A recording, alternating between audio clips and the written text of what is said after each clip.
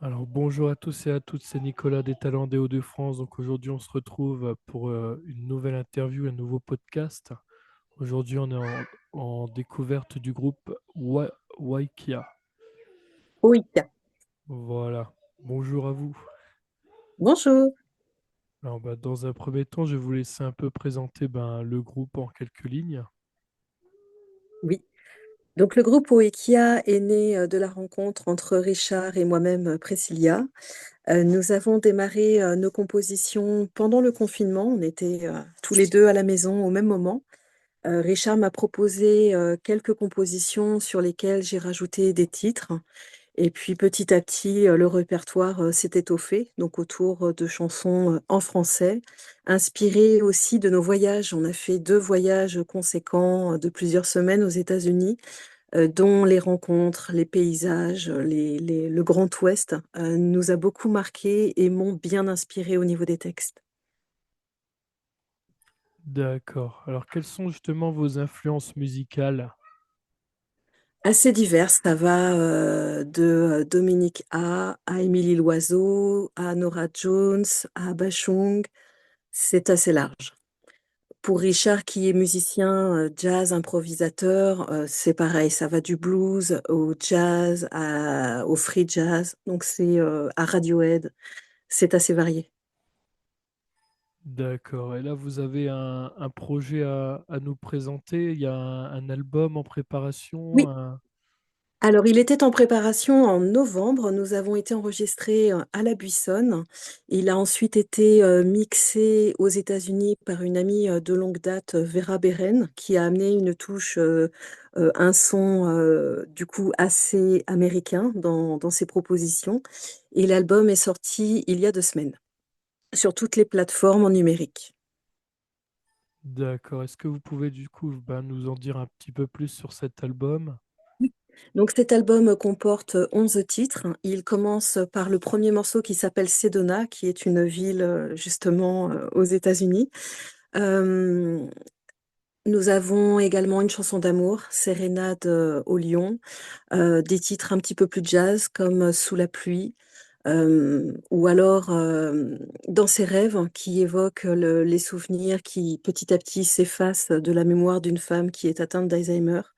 Donc des chansons assez variées qui parlent soit de la nature, des rencontres, des paysages, soit des émotions, des sentiments, de ce qu'on peut ressentir, de la famille également, avec des chansons plutôt en hommage à notre fille qui s'appelle Kali, au travers d'une chanson qui s'appelle Tout doux et qui parle des phrases, des mots, des chutes des enfants quand ils sont à trottinette, par exemple.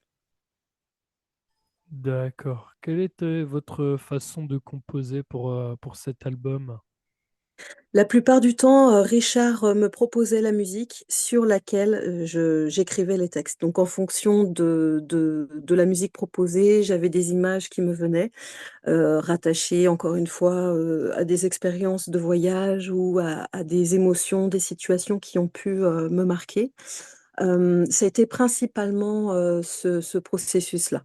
Euh, il m'est arrivé aussi de composer seule, donc c'était plutôt à moi de demander à Richard des arrangements particuliers, notamment sur une chanson qui s'appelle Ces heureux-là, que j'ai composée un peu en me posant sur un banc parisien, en regardant les gens déambuler devant moi, avec un petit coup de spleen en me disant, mais pourquoi moi je me sens comme ça et autour de moi je vois que des gens heureux aujourd'hui alors que moi c'est moyen. D'accord. Et comment vous vous êtes rencontrés justement entre vous deux? Le hasard. On s'est rencontrés, on habitait tous les deux dans la même ville sans se connaître et le hasard d'une discussion dans un café a fait que nous avons été plus loin dans ces échanges et nous avons rapidement échangé vie commune. Moi, j'étais pas du tout dans la musique quand on s'est rencontrés, donc ça a été un changement radical dans ma vie avec un apprentissage rapide aussi bien du chant que le souhait de créer des chansons. D'accord. Donc là, vous avez des scènes prévues ou vous êtes à la recherche de dates du coup pour défendre ce projet? Oui, nous sommes à la recherche de dates. Nous avons eu quelques soirées intimistes, les concerts à domicile. On en a fait quelques-uns ces derniers temps, basés vraiment chez nous en région Rhône-Alpes, mais on s'exporte sur le territoire français. Donc on serait ravis d'être programmés dans toute région. D'accord. Et là, vous avez des futurs projets également en termes de réalisation, ou alors là, c'est vraiment, on va se focuser sur déjà le projet qui est sorti. Oui, ouais, tout à fait. On souhaiterait vraiment défendre ce projet-là. Et bien sûr, on est déjà à nouveau dans un processus de création sur des nouvelles compos, mais on aimerait vraiment défendre ce projet auquel on croit beaucoup. D'accord, très bien. Alors, sur quel réseau on peut vous retrouver un peu pour pouvoir voir vos futures dates ou alors pour justement vous contacter directement si jamais il y a un organisateur qui nous écoute? Alors, sur Facebook, Priscilla Bonnet, sur YouTube, sur Deezer, déjà pour l'écoute de nos musiques. Et puis, j'ai un site Wixit, donc Wix, Priscilla Bonnet, Wix. D'accord, très bien. Ben voilà, ben donc je vais également vous remercier pour avoir, pour nous avoir contacté également pour faire une interview sur ce podcast. Merci à vous, Voilà. surtout. Et puis en espérant que voilà, vous ayez des contacts par la suite. Et puis je vous souhaite une très bonne continuation. Merci vous de même, au plaisir.